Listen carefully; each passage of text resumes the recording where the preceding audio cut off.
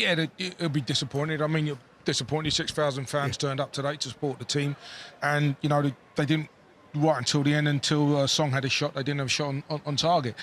So and he hit the crossbar. So there's a disappointment there. And as he said, he didn't shy away from it. They weren't good with the ball. They weren't good enough without the ball. And they allowed Liverpool to get into the game. And you know, we said before the game here on a midweek game here at Anfield, cup game is always a tough job, and they made the job a lot easier for Liverpool. First time ever under Ange Postecoglou they have not had a shot on target. But that again points to how well Liverpool played. How surprised are you that Liverpool are in such a good position under Arne Slot in his first season? I mean, I'm surprised. I think when we think about Liverpool last year, I mean, some people at times said maybe they overachieved last year, but they were, you know, they done well in the Champions League, done well in the, I mean, obviously the League Cup they won, the FA Cup they done well, Premier League probably 6-7 games to go, they were still in with a shout. They were leading. So is it a massive surprise? Not really, no. I think the magnitude of where they are in terms of the performances and you know, the goals, the new manager coming in, it's a new style if you like. But I'm not surprised with them because, you know, it's the same group of players, but he's a slight little tweak. I think we're seeing a Liverpool team now who I mean, at times tonight they were almost Jurgen Kloppish, weren't they? Where they were relentless in terms of, you know, pressing Tottenham, whereas they didn't really see that with Arne Slot at the start of the season. But as the season's gone on, I don't know whether they're getting fitter and better. They look a bit stronger. Absolutely. Here's one then. What would it mean to the Newcastle fans to win the Carabao Cup? Oh, wow. What would it mean? I mean, they've been desperate for years. I remember being there 2 years ago when they played Manchester United and seeing that swarm of black and white shirts coming down Wembley Way.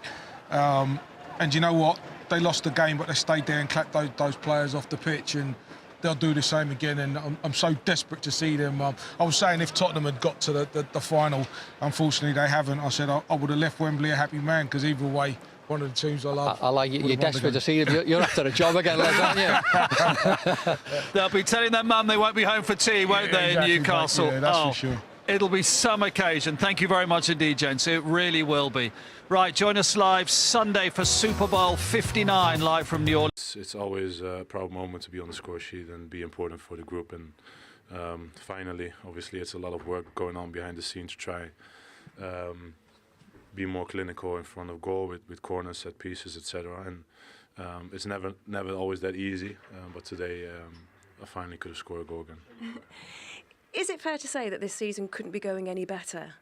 I mentioned to Cody Gakpo, as he was player of the match, that everything just seems to be falling into place, the targets you want to achieve as a group of players. Well, we're in February now, and it sets you up nicely, though, doesn't it? Obviously, we can't complain about the situation we're in, and we won't.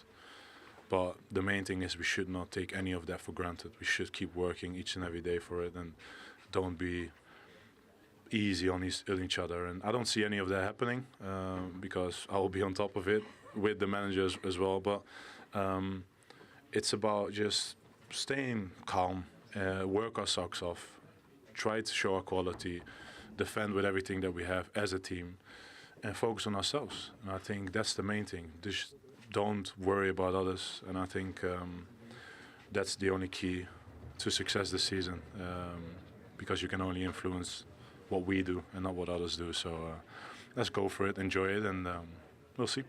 The future in terms of yourselves, though, and yourself as well, it just looks so good this season, doesn't it? Well, the only thing I'm focusing on is the game ahead of me, and I'm feeling good. I think everyone can see that. And what the future brings at the moment, I've got no idea. So anyone who says they know it, they are absolutely wrong. But we'll see what happens. It brings a final, for sure. Well, that's definitely on the schedule. So we'll focus on that when the time is there. Now we focus on the FA Cup on the weekend. That's a quick turnaround as well. But we have to be ready for that as well. Good stuff. Enjoy your evening. Thank you. Thank you very much. Interviews we've had now, I would describe them both as steely determination, really. Yeah. But what a player to have. Like, you talk about having good senior players and what clubs are searching for. Somebody said, if it goes wrong, I'll be on top of them, as with the manager. That's exactly what you need. You know, he's a phenomenal player, makes the game look so easy. I mean, it's very difficult to come up with any plaudits with a guy. He's that good. But you can see what it takes, and you know when you've got him there, And that's why it's so important that somehow Liverpool tie him down, because he's such an important player at the club. But you know what I mean, Michael? It's like we thought they dominated the first half, and yet he's saying he's going into the change room at half-time and saying, look, that isn't intense enough. Standards, leadership, he's got everything. He's the best for me. The way he conducts himself, the way he does the interview there, the way he performs, and everyone just follows. He is the leader of that pack, and they just waving his arms, dictating on the pitch. And when he speaks, they listen. You can just tell. And he's phenomenal. Honestly, they are. Where would they be if they didn't have him? Since he's come in from Southampton, there has not been a better centre-half anywhere in the world, in my opinion. We talk about what has changed under Arne Slot, where tweaks may have been. And one of the things that you were saying, particularly when we look at the first goal as well, is far post goals. Yeah, whether it's just, you know, an anomaly this season or something, you know, the way the team play. But how often have you seen Mo Salah in that situation with the outside of his left foot find someone at the back post, more often than not Gakpo? And it might just be a quirk this season, I don't know, but it's happened an awful lot. But Jamie, you were really impressed with the role of Curtis Jones there, weren't you? That well, role you think it takes the defender away? I think it just floods the box. You just get extra people in there. He shows a bit of energy. Look, no one's really matching that run. Danso's got a problem as well, and ball comes to him at the back post. And I just think he catches the eye. And it's a really good finish. It's not an easy one, but it's a confident player's finish. As it falls to him, you just know what's going to happen. It's going to go into the bottom corner. And that's the kind of form that Cody Gakpo's in right now. I have to be honest, when they first signed him, I wasn't sure. I thought, yeah, he looks an OK player. Where's he going to play? Is he going to be a number 9? Is he going to play off the sides? He had a couple of good moments. Obviously, when Liverpool beat Manchester United here, I think he scored a few goals, and you thought, OK, that could be his moment. But since this manager's come in, Arne Slot, he's just taken his game to another level. He looks like so powerful right now, scoring goals, making goals. And he's just taken his game to another level. Liverpool didn't sign anyone, really, for the first team in the summer. There was a lot of disgruntled Liverpool fans, not just in the summer, in January as well. Yeah. The fact that Liverpool hadn't signed anyone. But a big part that I feel like gets really undervalued is what a new coach can do to the group of players that he's got. And a big part, they're not managers now, the coaches, especially Arne Slot, is titless coach.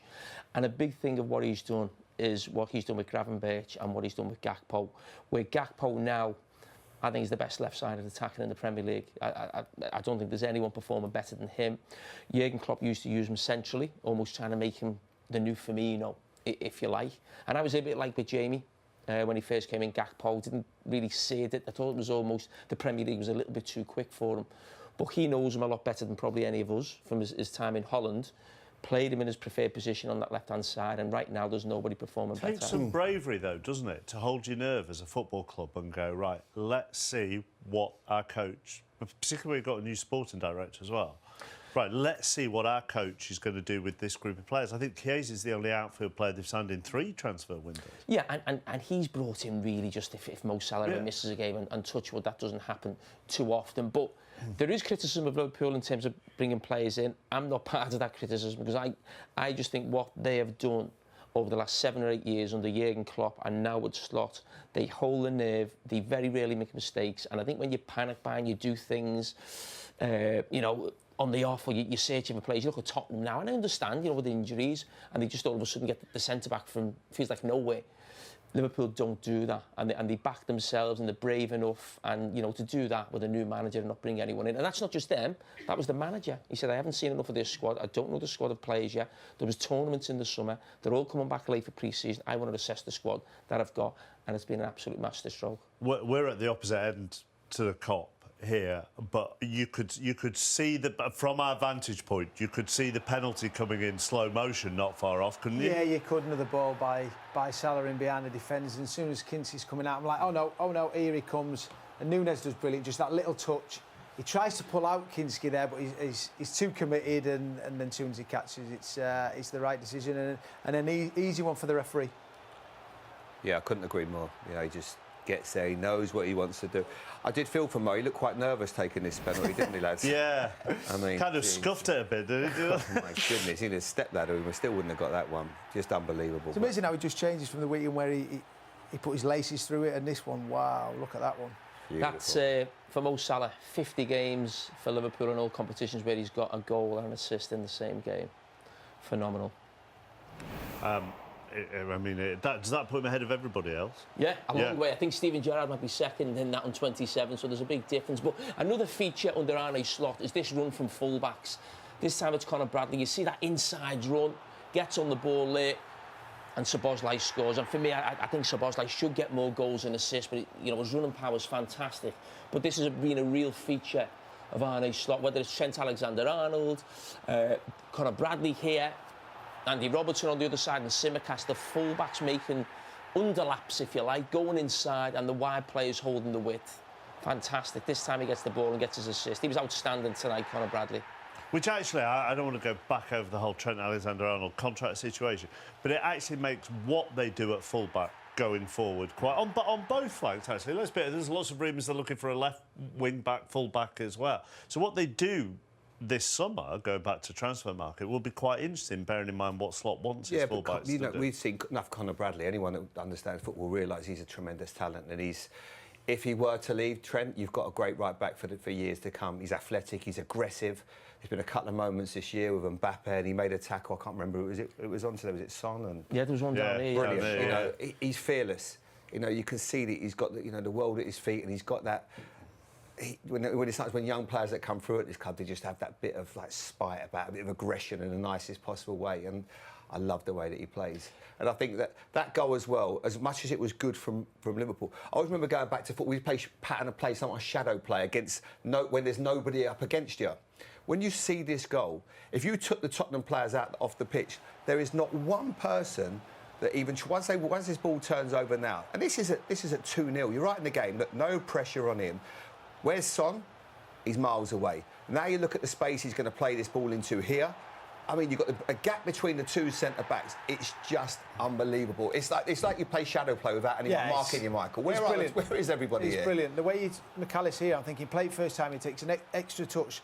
Then this pass from Bradley first time, if he doesn't do it first time, he doesn't get the opportunity. No, but it's good from Liverpool, Tottenham's point of view. Oh, yeah, from Tottenham's point of view. But the run where Salah takes Gray away, and then, take nothing away from Liverpool. That goal is perfect. It's as if you're playing PlayStation.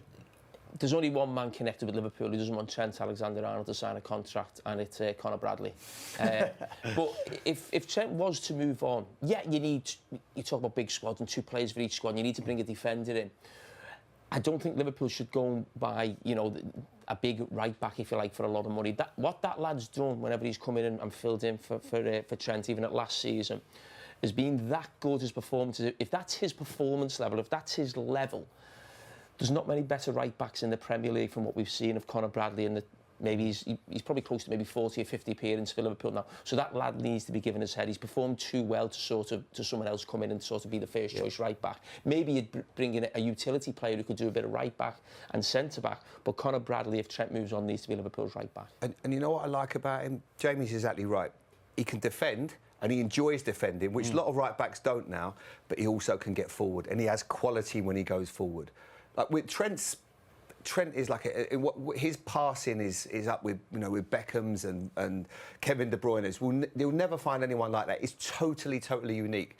But you've got a young man here at your disposal. They're clever enough. Jamie mentioned it. We've got Richard Hughes. People they understand a good player when they see one. They've not got to go out and spend crazy money on someone. If you can get someone that's just going to maybe fill in, and maybe can come to right back if you need it. But he is an absolute gem that they've got in their midst here. We can look at the 4th goal as well on Van Dijk. I mean, if Van Dijk gets a leap on you or run on you, you can't do anything about it, can you? He's a man mountain in the scene here. As soon as he just does that check, gets behind Ben Davies and Danzo, and he's just too big. I mean, Danzo's a big boy, but when I was looking out there, he just towers above him and that leap. Great delivery in. But he just has that. I love this little check from Van Dijk. You see Danzo, you think, no. Then Canate blocks him, and soon as he's in that position, Virgil van Dijk, he is... I said it 10 minutes ago, I think he's the best centre-back in the Premier League history. I really, really do. I think he's that good. We're not starting that one again, are we? You what? That one again. That's the honest with You're not going to try and get but you've got to get a block on him, haven't you? You have to try and stop him before he does a run, because as soon as he's got a check, then Canate blocks you. As soon as he's got a run on you, you're in big trouble. You have to try and get close to him. But even then, it's hard, because now you grapple and you hold, then he goes to VAR and you're in big trouble against him. I think when I watch Van Dijk, and I have done now for 7 years or something, he's been at Liverpool, when you think of the Premier League, I think we'd all agree it's probably the best league in the world, and then you've got Champions League football. That's the highest level. I think that's higher than international football, World Cups and Euros. He's too good for the highest level of football, if you know what I mean. It's almost like it's still too easy for him. It almost feels like there should be another level above that for Van Dijk, because he plays the game with such ease that it's like the biggest games coming. I watch him here against Haaland, and Haaland's the best goal scorer around, a big, powerful lad, got pace, and it's like it doesn't even feel like he's trying. He plays everything at his pace. It's like Yeah, he plays everything at his pace. I'm trying to think what level of football is there where he's actually look where he's at. He'd have to like go to ground and make a block or really sprint. I mean, has he sprinted in the game today? But he never does. He doesn't. He never, because he puts himself in a position, even when there's times where he reads the game. And I think, are you going to lunge? And he never gets dirty.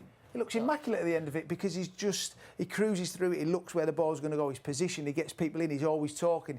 Players in front of him. Then when he has it, he just stands on it as calm. It's a diagonal ball to Salah. He plays it to Robbo. I mean, he just oozes class. Everything about him. You said before he's the best in the Premier League, and the thing about this, he is the best, but it's not even a debate. This nonsense about like all the other defenders who are great defenders, and I played with a lot of them. He's so far above it.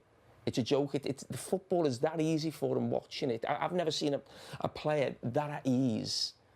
Probably in any position, really, not just at centre-back. It's a walk in the park for him. Arne Slot has taken Liverpool into his first final. They are back at Wembley to defend the trophy they won. Arne, would that be fair to say it was your biggest night at Anfield so far this season?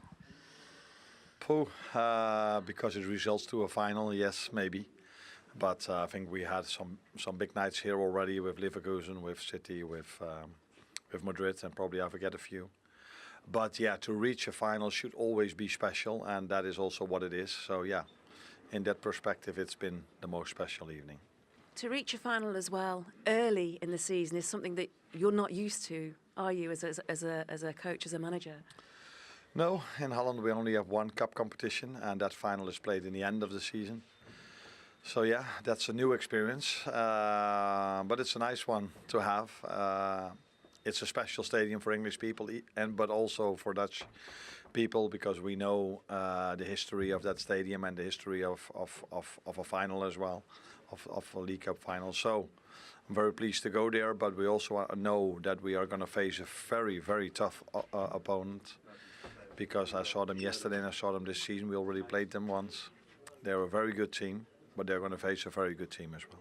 You're also defending champions, though, going into that final against Newcastle. Talking to Virgil van Dijk, he was saying that could have done a little bit better in the first half. He talked about a little bit more intensity, but watching that performance tonight, it was just wave after wave of pressure.